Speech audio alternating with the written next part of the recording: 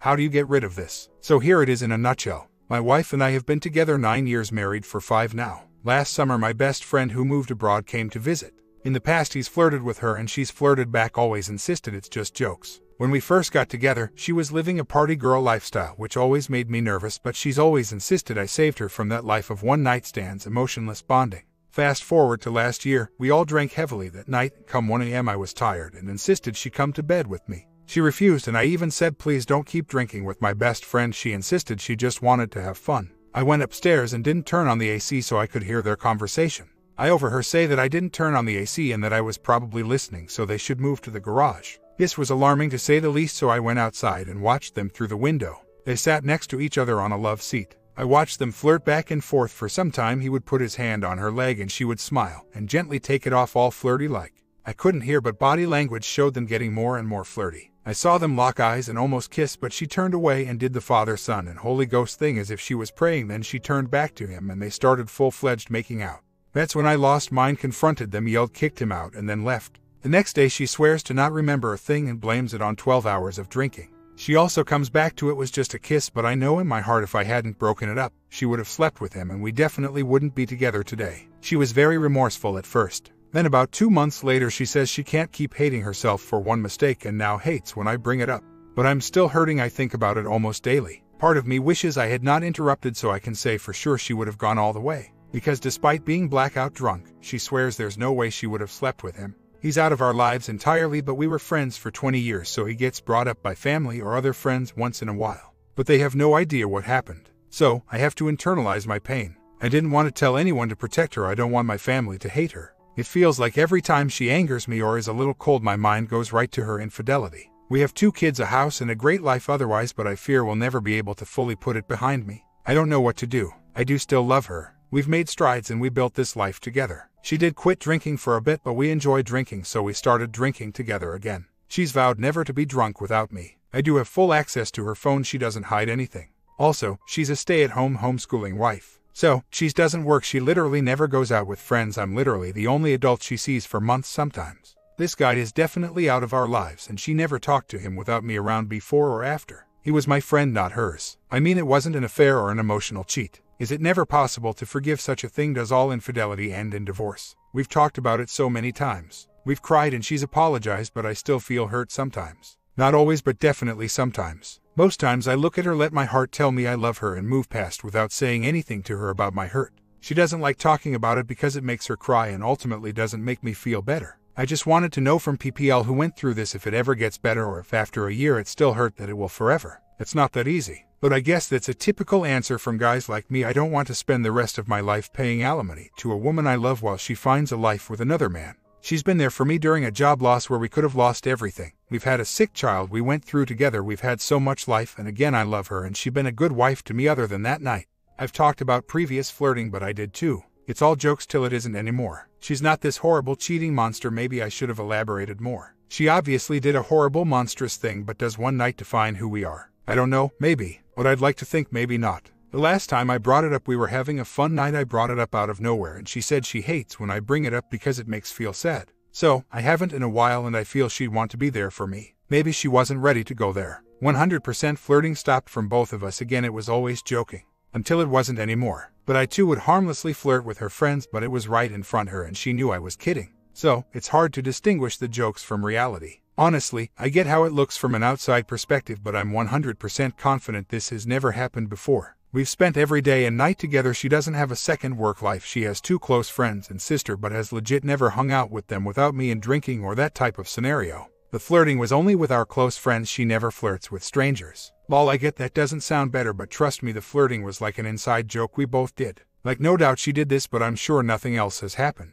We're always together. We had an amazing relationship, always talked about how everyone else should be jealous. I really can't see how it would be possible. I'm not concerned about other times. My comment, she should have gone to bed with you, but when she wouldn't, you should have sent him home. If you are going to bed, your friends don't need to be there alone with your wife. I'm not blaming you, but for future reference and to others listening.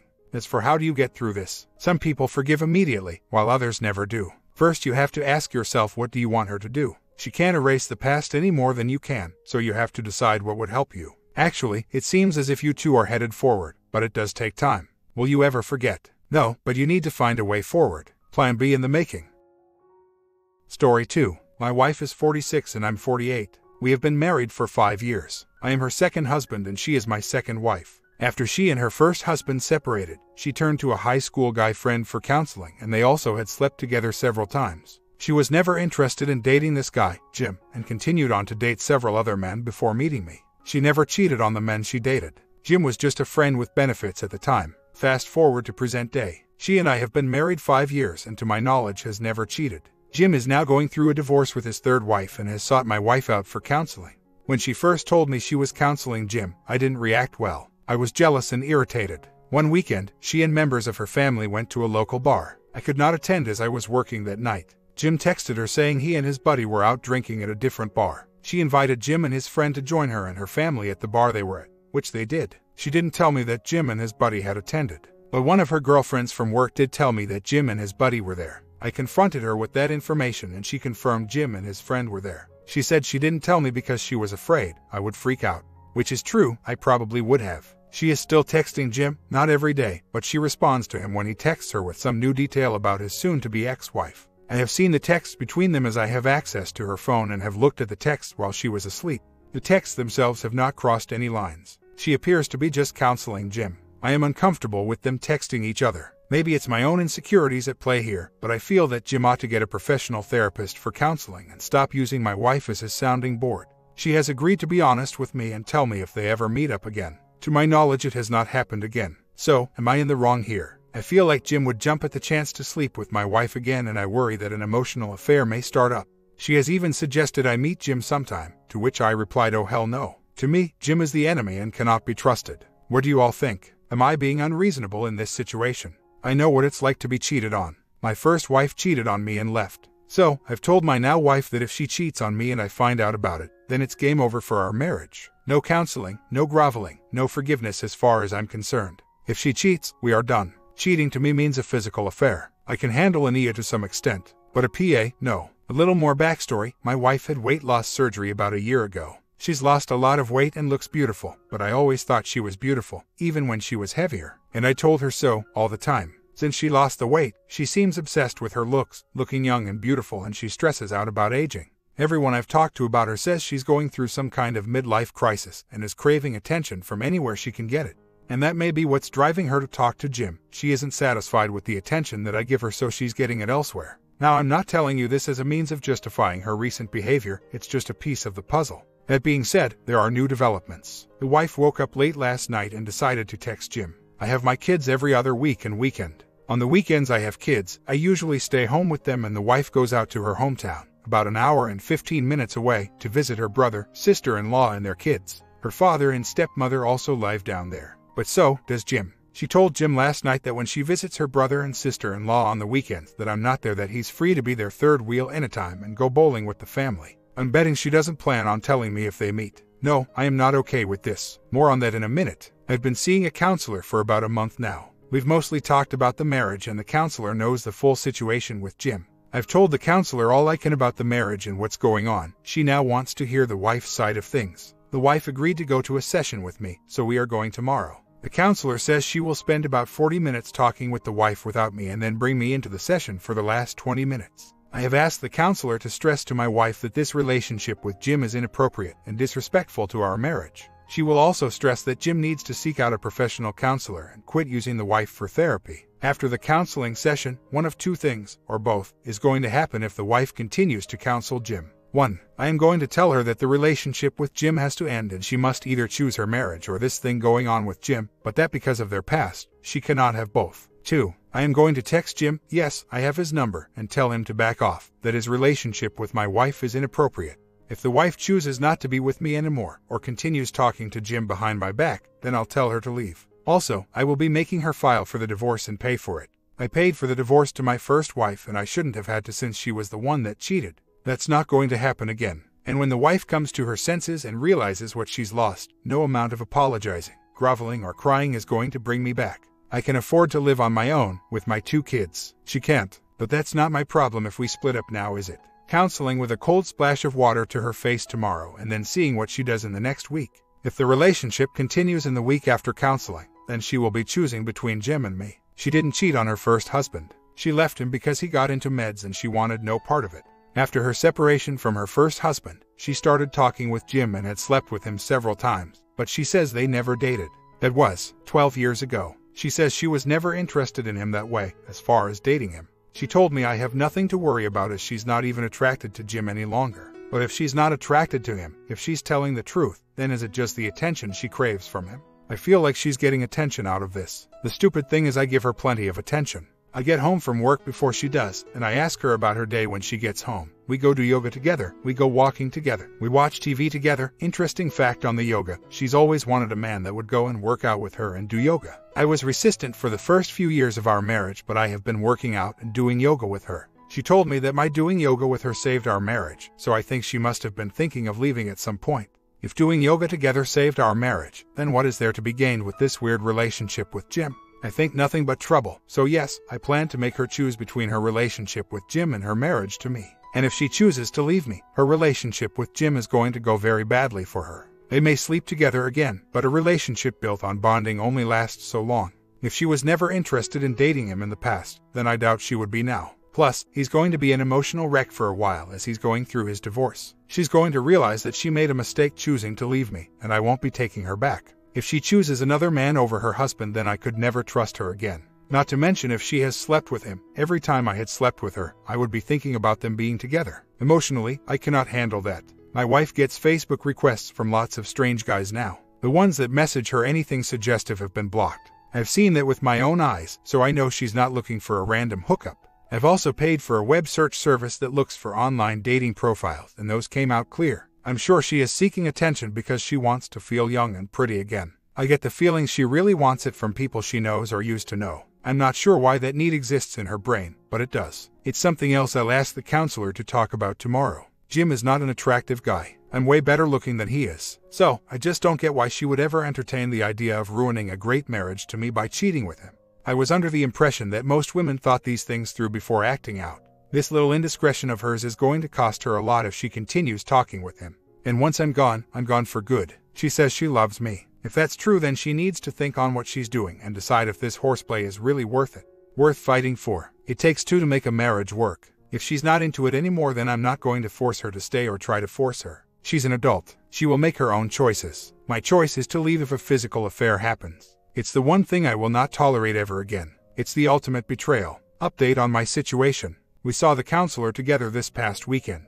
The counselor told her that the relationship with Jim was inappropriate and needed to end. After counseling, I told her that she needed to make a choice, her marriage or her relationship with Jim. She said she would break off contact with him immediately. I checked her phone later and peeked at the texts, and she did just what she said she would do. She told Jim that even though they both knew their talking was innocent, that it made me uncomfortable, and she wouldn't jeopardize her marriage over this. She also told Jim that if he needed to talk about his divorce, that he should contact a professional therapist. Part of me feels bad. From her perspective, she really did believe that talking to Jim was innocent, and sounds like she had no intention of cheating. I know, cheating isn't something that is usually planned. It gradually ramps up, and before the two realize it, they have gotten physical. And I don't want my wife thinking that I am trying to control who she is friends with. I don't want to be that husband. But ex-lovers are out of bounds. Or at least they should be. A year later, my wife of 9 years says she wants us to separate.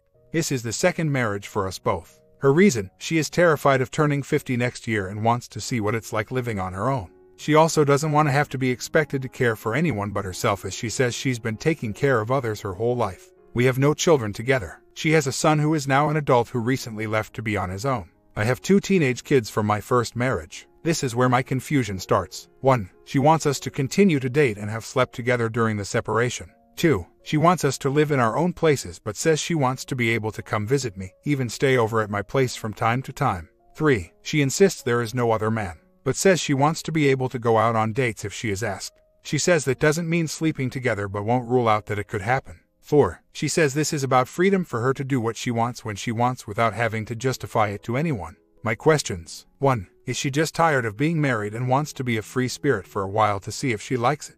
2. She is wearing her wedding ring on the opposite hand now. What does that mean? 3. She says she still is in love with me and cares about me, but says she needs to figure out how to love herself by putting herself first in her life. Is she still in love? How do you do this to someone you love? 4. Is she planning on dating as part of her freedom plan, or is she trying to replace me? It's true that Jim was a previous lover of hers, back before she and I met. She went to school with the guy. Her first marriage ended because her ex-husband was dealing and doing drugs and wouldn't stop. She was afraid CPS was going to take her son away, so she ended the marriage. Afterward, she confided in Jim about her situation. She says he offered to be an ear and emotional support for her during that time.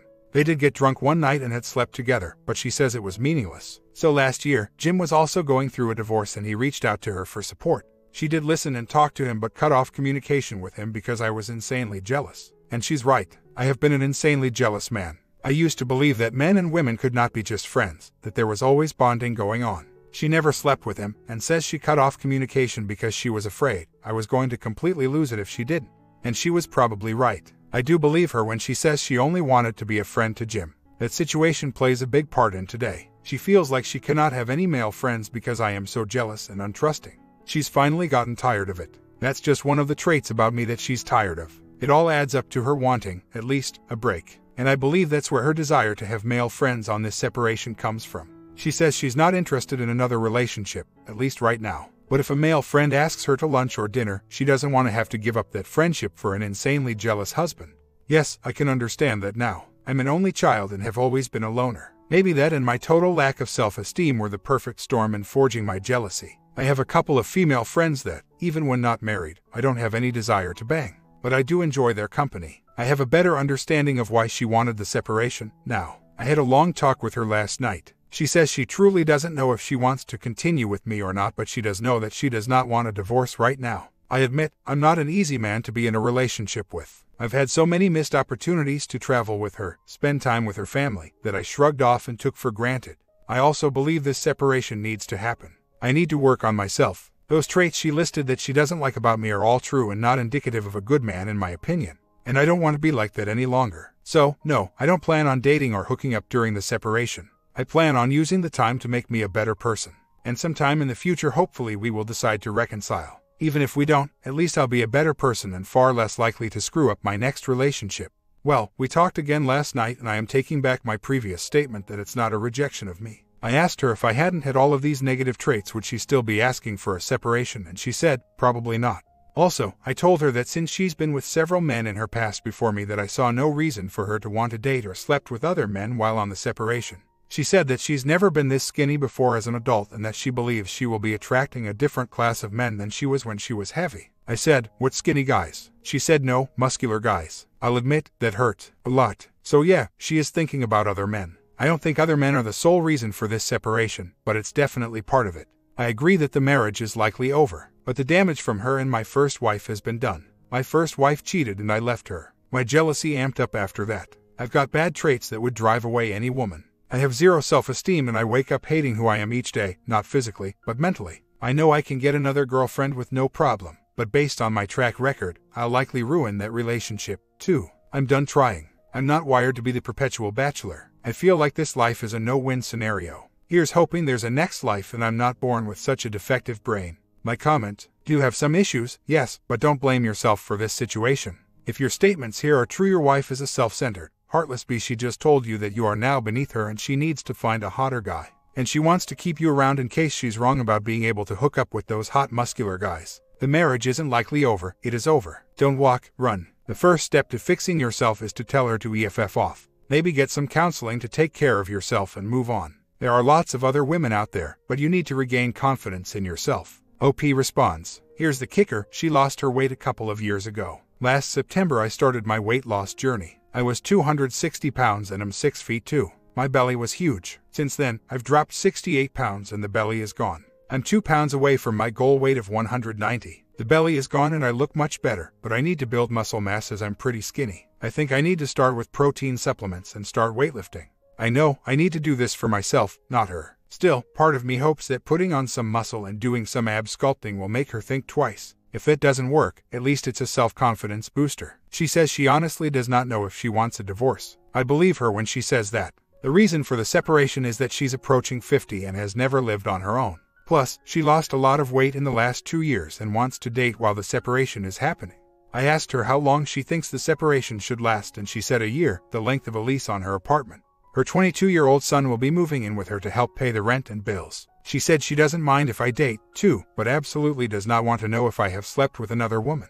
She said it would hurt too much. She insists that she loves me, still, but feels she would regret not living on her own. I'm worried that a year gives her way too much time to date and have slept with other men, so much so that I fear it would greatly contribute to a divorce being the outcome. I can see 6 months, but a whole year. My comment: let her move out and go screw other guys for a year. She won't be coming back for bonding. She won't call you. She will be too busy with her other men. You can then have time to detach and maybe even regain your sense of self-worth. A year won't be enough. She'll need at least 2 years of being pumped and dumped to get it out of her system. Possibly even finding some extremely unlucky and miserable sap that will fall for her line of crap, and you might be lucky enough for him to take her off your hands. You might even find another woman that will get your mind off her. However, whatever your problems that cause you to tolerate the intolerable will still be there. I'm very sorry. Any man that would accept this colossal load of BS from his wife and pretend to believe it needs some kind of help.